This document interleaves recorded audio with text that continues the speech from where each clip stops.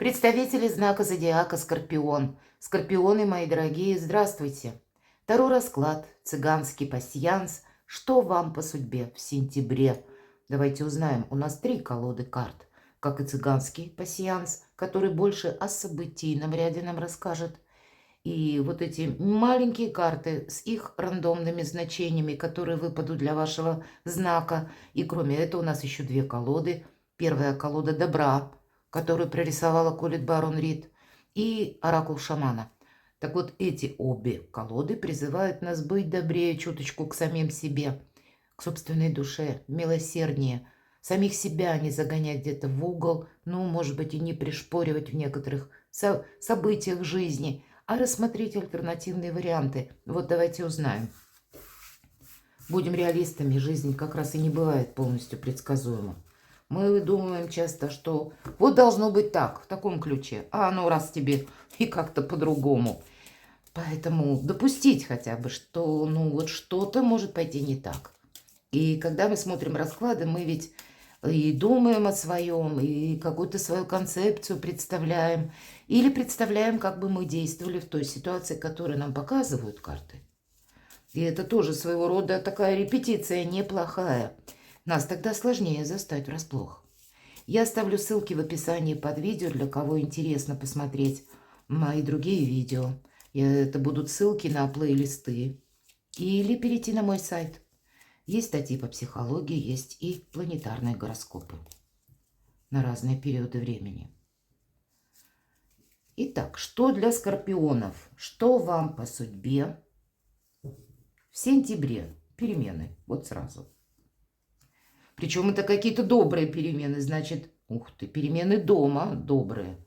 И планетарно, правда, для многих из вас будут с плюсом решены какие-то очень важные моменты в вашей личной жизни. Причем к благополучию, к уюту, к процветанию, к радости, к любви, к счастью. Все что-то хорошее. И даже где-то планетарно нам тоже об этом говорят, транзиты. Поэтому прочитайте гороскоп, может быть, какие-то подсказки вы для себя получите. Хорошее начало. Смотрим дальше. И победа какая-то вам выпадает. Какой-то вопрос вы, ну, согласуете, договоритесь. И даже тот вопрос, вот посмотрите у вас, как совпадает. Может быть, это даже и касается вашей семьи, родственников, близких. Что-то вам может выступать для вас, точнее, как вот месяц выпадает. Какие-то были разногласия. С чем-то вы не могли определиться, может быть, со своими партнерами по браку или с тем, кем вы проживаете, возможно, с родственниками, с кем угодно, да, но больше вижу в концепции личной жизни, а теперь победа. Поэтому важные разговоры вы как раз и сумеете совершить. В сентябре больше ясности, больше взаимопонимания, сама по себе победа, может быть, и в другом вопросе, но близко расположена.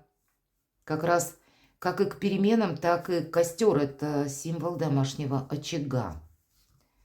Смотрим дальше, что же вам выпадет еще. Есть переживание определенное. Но череп – это переживание внутреннее, сомнение, где-то тревога, может быть, необъяснимое. Это не переложишь на какую-то материальную действительность. Это мы можем сами в чем-то сомневаться и нагонять себе мрака, кстати. Поэтому будьте к себе милосердны. В очередной раз повторяюсь, мои дорогие скорпионы. У вас могут быть согласования в высоких инстанциях.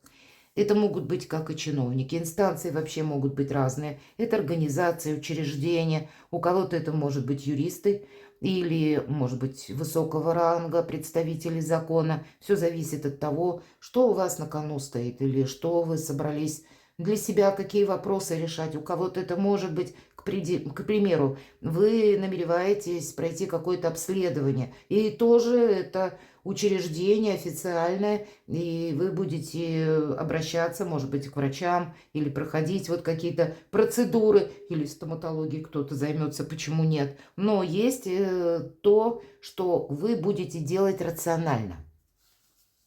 Или подписывать какие-то, пересматривать, кстати, документы. Такое тоже может быть.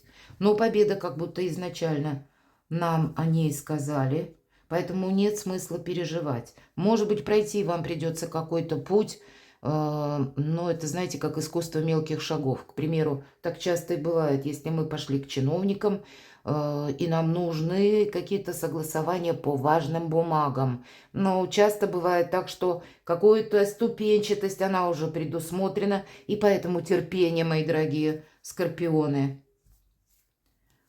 Что нам покажут карты еще? И пока я не вижу совпадений других. Вообще достаточно такой уравновешенно спокойный период жизни, поэтому сами себе каких-то ненужных сомнений, ненужных мыслей не добавляйте. Да, вот я вижу, совпало еще, вы можете с кем-то, кстати, поссориться. Ну или если мы рассматриваем переживания, это могут быть тут по-разному, переживания по какой-то ссоре, но тогда есть возможность ну, как-то нивелировать эту ситуацию наверняка. Или карта говорит, ты смотри, Скорпион, с кем-то не обостри отношения, потому что то, что думаешь ты, или переживаешь, может быть, за какой-то вопрос, может быть, этот вопрос касается как раз согласований в каких-то инстанциях. Или вам нужно знать точно, не доказывать кому-то что-то, да, если нож выпадает. Это мы можем где-то тоже повести себя чересчур остро, чересчур жестко. А есть какая-то реальность. Вот тут и переживать не нужно, так и жестким быть не следует. Тут скорее что-то вам придется согласовывать. Давайте мы узнаем на колоде Таро Добра, в чем ваша сила, ваша сильная позиция. То есть это то, когда не нужно там выкладываться до последнего, а может быть те вопросы, за счет которого вот качество, как ваше, у вас получится решить легко. В чем ваша сила? Или сфера жизни, которая наиболее благоприятно будет развиваться. И где-то совпадает эта карта первосвященника, или мы говорим иерофант, совпадает как раз с учреждениями, вот это символ, как книга открыта, когда мы можем что-то согласовывать в высоких инстанциях. У кого-то буквально вплоть до бракосочетания может быть, у кого-то может быть и разводы, почему нет?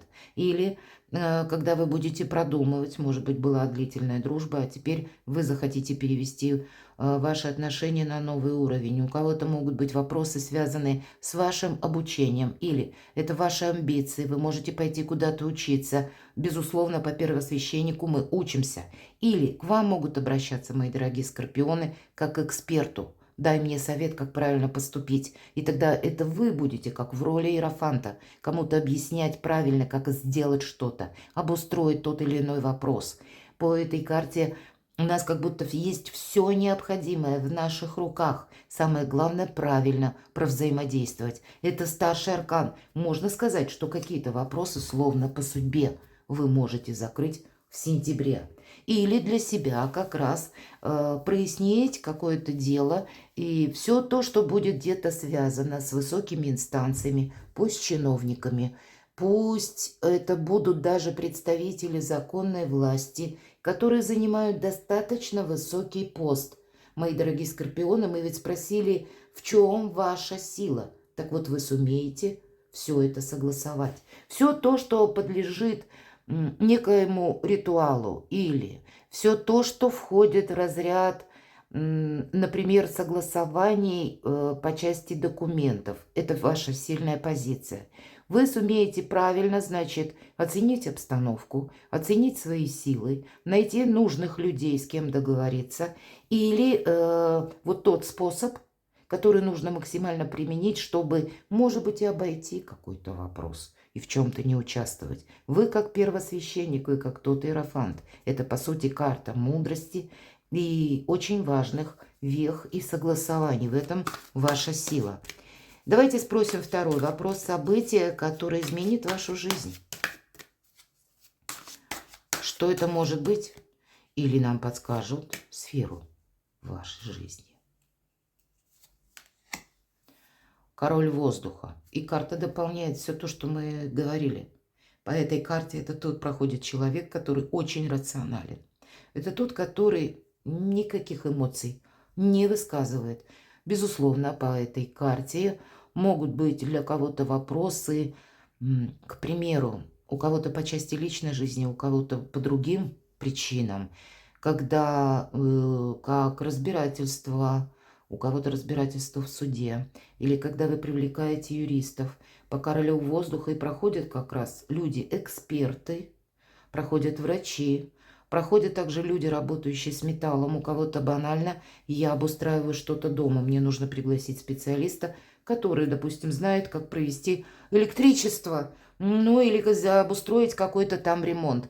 Объединяет много направлений или значений именно рационализм и логика, когда выступает в роли короля воздуха какой-то конкретный персонаж или эксперт, и у нас как раз и получается что-то осуществить по закону, по какому-то регламенту, когда мы точно закроем какой-то вопрос, словно уберем мусор из нашей жизни. Это карта власти разума, интеллекта, когда мы уважаем законы, когда мы уважаем власть, когда мы уважаем систему иерархии дважды.